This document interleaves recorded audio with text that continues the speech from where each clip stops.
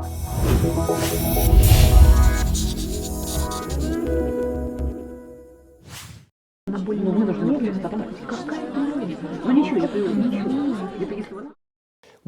this history can tell us is that democracies can be more vulnerable than we think, that things can change much more quickly than we think, that institutions that we think are solid are actually much more fragile than perhaps we believe, and that the catalyst for this terrible change for the worst can be economic crisis. It's Wednesday, 17 October in Maastricht, the Netherlands, and we're speaking with Laurence Rees.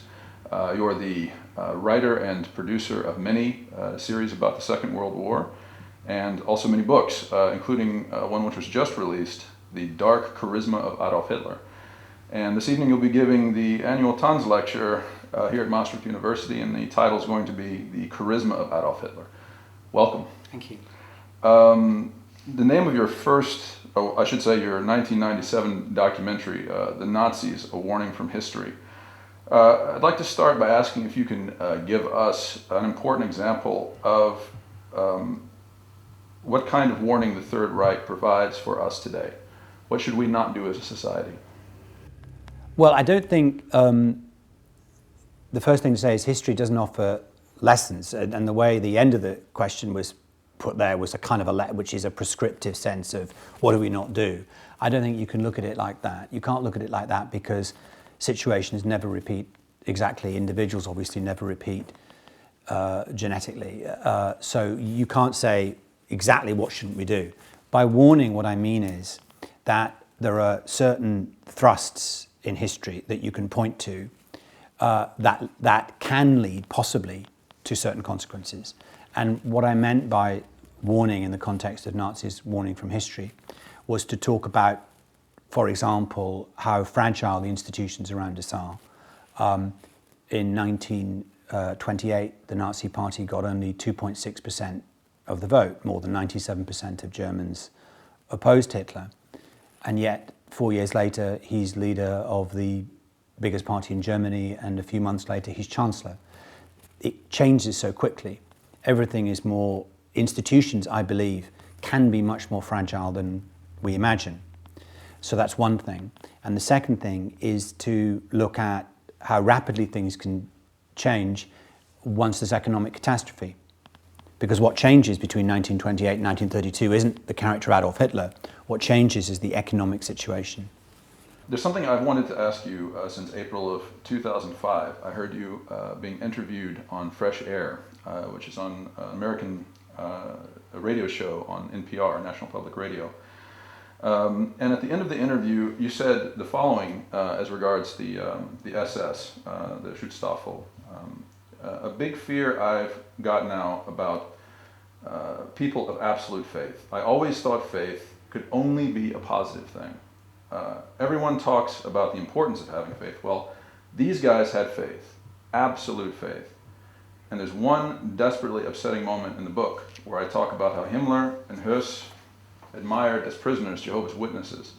They pointed to them and said, see that faith? That's the kind of faith we need in our Führer. Absolute, unshakable faith. That was 7 years ago.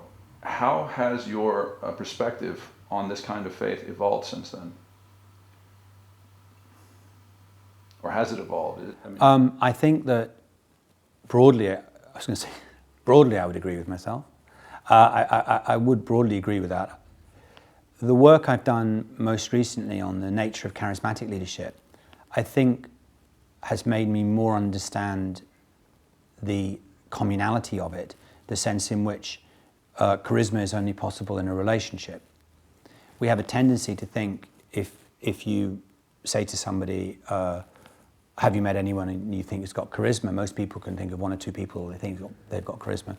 And then they talk about the other person and say, oh, well, the reason I think they've got charisma is this or that. What they don't talk about is, I think, at least half of the equation, which is why they feel it. So that it's in them. There's a need that's being spoken to in them. So if I was to nuance what you've just read again now, I guess I would add only that what faith is a two-way street. That there's something else coming to you from this, because that's what charismatic leadership's about, that you're feeling something off this person that is making a connection with you. It's not hypnotism, it's not a drug. You are making you feel a rational connection here with this person, and it's that's creating the charisma. Chris Hedges, who's a Pulitzer Prize-winning journalist, in 2007 published a book called American Fascists, about the Christian right. He made the argument that he saw a fascist threat potentially emerging from American fundamentalist movements.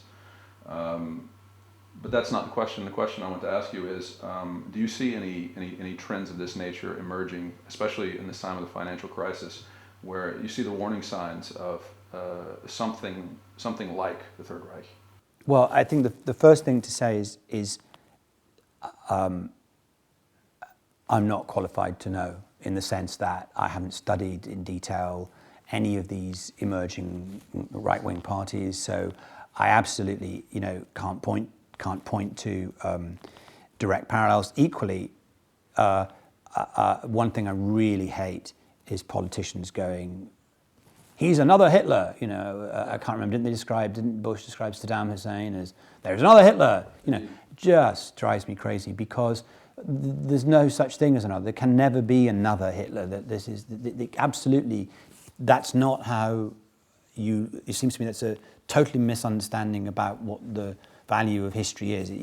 There is not going to be another Hitler. So to say, well, look, you've got these situations here in Europe now, and let's see how many parallels we can. I mean, it's simplistic, and it's not how history works, because one of the reasons we have a problem sometimes in understanding, for example, the charismatic leadership of Adolf Hitler, is because we only have half the equation. You look at him on archive, and there's this ranting, just deeply, profoundly unattractive personality.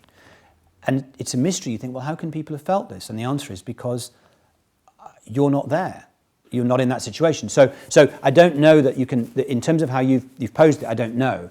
All I would say is, to go back to the warning idea, which I think is legitimate,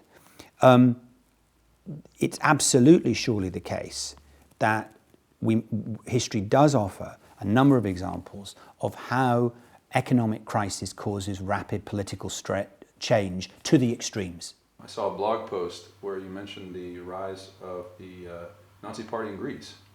Well, are they? They deny, of course, they're Nazis. Oh, they do? Okay, my mistake. No, but there's a number of similarities. No. And Greece, I absolutely. But what I don't say is it's another Hitler, or it's another. What I absolutely hope people understand is that things can change. What this history can tell us is that democracies can be more vulnerable than we think, that things can change much more quickly than we think, that institutions that we think are solid are actually much more fragile than perhaps we believe, and that the catalyst for this terrible change for the worst can be economic crisis. So all of those things, it seems to me, are warnings. Does it mean when you see those, it inevitably goes this way? No, it doesn't. Because I think if you recognize those warnings, it won't. But you have to be aware that the biggest enemy I think people face is, in all sorts of ways, is complacency about the world we're in. I've met so many people from this period who talk about how things can so suddenly change. And I think somehow, as human beings, we don't want to believe that things can just change in an instant. But let me ask you about another thing you said, this time on Radio 4. I'm just going to read the quote to you. Is it inevitable, and this was a question posed by the announcer, that if the economy of Europe in total collapses, then disaster of the sort we've seen over the last 70 years will follow? Now, your answer, I think you were also under time constraints, but you answered by describing the formation of the European coal and steel community. And you said that it was set up in a way to prevent Germany from having unilateral access to these two resources of war, and also to involve it in the economy. But I guess we're getting back to this question, the same question. That if the economy of Europe does collapse, how possible is it that we see, like the gentleman said, this same kind of disaster? I don't know. I wish I did know. I don't know, but it's clearly a risk. I mean, I don't know. I don't know because what you hope is that people understand that it mustn't ever be allowed to come to that. I think that from the people I talked to who were in the 1930s, or we interviewed for the original series I did on this, it's plain that a huge change happens when banks crash. When you're middle class and you've got savings in banks and you feel, what is the saying, is it's as safe as the Bank of England, that you feel there's this bank. And I remember listening on the radio a few months back where someone said that there was this economist saying, long before the big problems in Greece, said the Greece must collapse because there's the economy must collapse. And they said, don't be ridiculous. Countries' economies can't collapse. And there's a sense that these things can't happen. And I do think that people losing their savings and banks, big banks crashing, how that wouldn't drive politics to the extreme, because by definition, existing politics would have been seen to fail, wouldn't they? Along these lines, there's in this recent book, In the Garden of the Beasts by Eric Larson, he talks about Ambassador Dodd, who was in Germany during the time of the rise of the Third Reich. There's a part of the book where it says, what most occupied the attention of the State Department was the outstanding German debt to American creditors. It was a strange juxtaposition. In Germany, there was blood, viscera, and gunfire. At the State Department in Washington, there was mounting frustration with Dodd for failing to press America's case. And I'm wondering, how much do you think reparation payments at the time inhibited politicians from doing something about Hitler while they still could? Was it a big factor? I think that it's very interesting, that piece, because it chimes completely with, the last series I did was World War II Behind Closed Doors, which was looking really about the relationship between Roosevelt, Churchill and Stalin. And I had one of the most distinguished American academic consultants, or experts in Roosevelt's foreign policy as a consultant, and I would talk to him about, Roosevelt's a fascinating character, trying to understand his motivations.